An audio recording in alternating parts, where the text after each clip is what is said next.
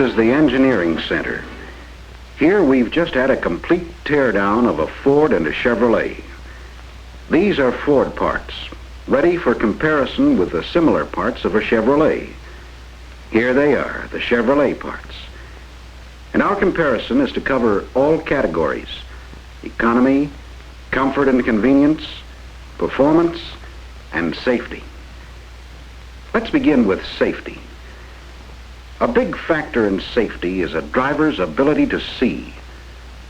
The total of Chevrolet's glass area is this much bigger than a Ford's, 166 square inches.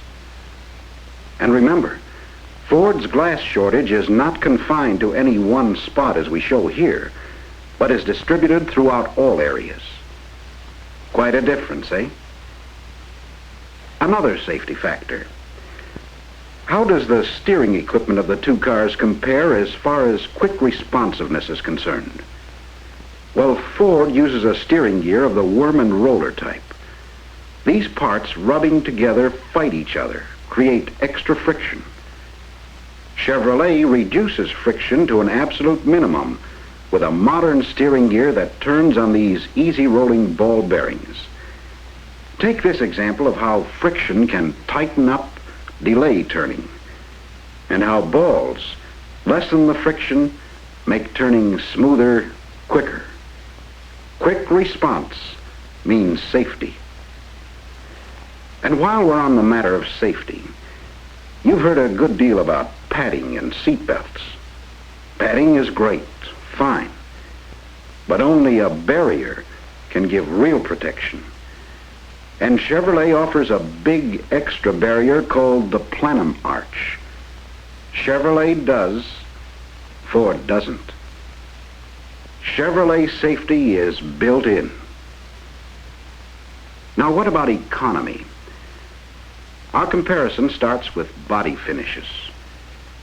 We know an owner can scrape the side of his car no matter how careful he is. But to repair a Ford finish is one thing, and to repair a Chevrolet is quite another. Ford has an enamel finish. A retouch job means redoing a whole section, including baking in a large oven. Chevrolet's lacquer finish can be retouched with no baking, no delay, no excessive labor cost. That's economy. Batteries make a good example of what we learned. Chevrolet's battery is warranted a full 36 months. Ford's only 21, which gives Chevrolet owners 15 extra months of economy. In brake linings, Ford uses rivets, and rivets jutting through make half of the lining useless. Chevrolet's brake linings are bonded, and thus Chevrolet's brake lining gives service through its entire thickness. Economy. We compared the V8 engines of the two cars for driving economy, particularly as to stroke and compression ratio. Chevrolet's 10% shorter stroke means Chevrolet pistons travel less distance up and down, and less travel, less wear. Another plus in economy for Chevrolet. Compression means power derived by squeezing, then releasing something that wants to expand. Ford's top compression is 8.4 to 1.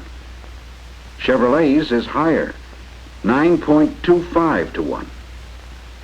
Chevrolet higher compression squeezes tighter, gets greater power from the same amount of gas. Chevrolet is designed to use less oil, too.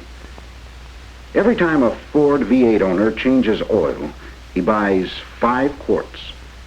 A Chevrolet V8 owner needs only 4. The 1 extra quart involves considerable extra expenditure on the part of the Ford owner during the life of his car. What about gas mileage?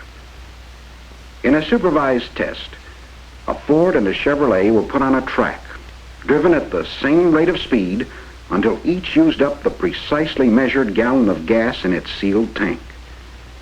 Here is the Ford finishing, while the Chevrolet continues on to record a full 30% better gas mileage than Ford, up to 80 extra miles per tankful for Chevrolet V8 owners.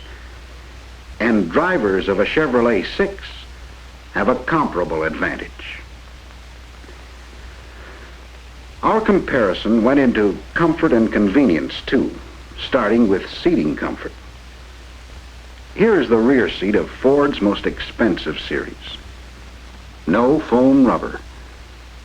Chevrolet Bel Air rear seats have foam rubber cushions as standard equipment. No extra cost, just extra comfort. Further, Ford's rear seat has 2 7/10 inches less hip room than a Chevrolet. 2 people can sit comfortably, but a third makes a difference. Here is Chevrolet's rear seat. Now let's use Chevrolet's extra space, extra convenience and comfort. Convenience and inconvenience even in deck lids. Here's Chevrolet's, a deck lid that's truly counterbalanced. Now, Ford's. Well, it doesn't always do that. Rear seat passengers enter even the most expensive Ford in darkness. Chevrolet Bel Air riders have the convenience of automatic light from the instant any door is opened. A comparison of the ventilating systems of the 2 cars is very interesting too. Ford riders breathe air that enters their car here. There is no other vent, save this one directly in the exhaust gas area. Air for people riding in the Chevrolet enters here, up out of the gas area.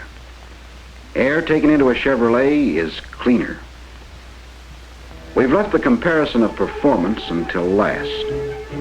We started knowing Ford's 6-cylinder engine is rated at 137 horsepower. Chevrolet's at 140. Ford's top V8 has 202 horsepower. Chevrolet's has 205. The first test rated the distance traveled to attain speeds for passing in critical highway situations from 60 to 75 miles per hour. Ford reaches 60, then 75 with a time lapse of 7 2/10 seconds. Now Chevrolet.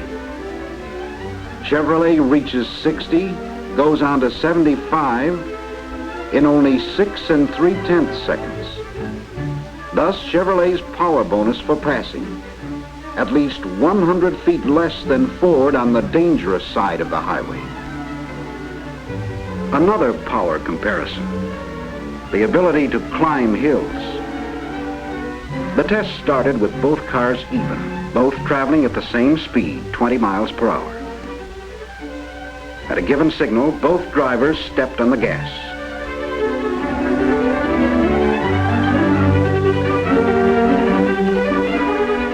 Hill climbing power. No question about which car holds the Pikes Peak record, nor why. Chevrolet power. Finally, a comparison of top speeds. Not for highway travel, but for automotive engineering proof. Chevrolet and Ford at 50 miles per hour, and Chevrolet at 50 uses only 9.05% of its available horsepower. Now watch that Chevrolet reserve power go to work. The final proof of superior power in Chevrolet. In this comparison of 1956 Fords with 1956 Chevrolets, Chevrolet has proved itself to be superior by every standard. In economy, from better mileage to far less use of oil. In safety, from better brake linings to better steering. In comfort and convenience, from the use of foam rubber in rear seats to instant lighting when rear doors are opened. In power, from greater acceleration to greater top speeds. There is a difference in the cars of the low-priced field, and the pluses are with Chevrolet.